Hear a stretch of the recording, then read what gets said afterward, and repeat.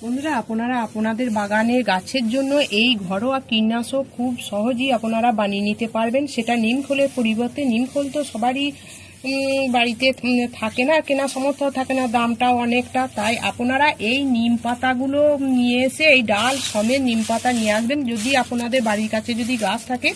তারপর এই নিম পাতাগুলোকে আপনারা শুকিয়ে নিয়ে এইরকম ব্লেন্ডারে ডাস গুঁড়ো করে নিয়ে আপনারা টবের মাটিতে আপনারা দিয়ে দেবেন। আর এই নিম পাতাগুলো আপনারা 1 লিটার জলে 500 গ্রামের মতন নিম ডাল নিয়ে নিম পাতা সমেত ফুটিয়ে সেই জলটা ঠান্ডা করে আপনারা যদি গাছে প্রয়োগ করেন, একটা পোকামাকড়ও থাকবে না এবং এটা ছত্রাকও দূর হবে। অবশ্যই আপনারা প্রতিটি টবে এইটা 15 থেকে 20 দিন অন্তর এই নিম পাতার ডাস গুঁড়োটা অবশ্যই প্রয়োগ করুন। এটা খুবই সাশ্রয় এবং পরিবেশ বান্ধব।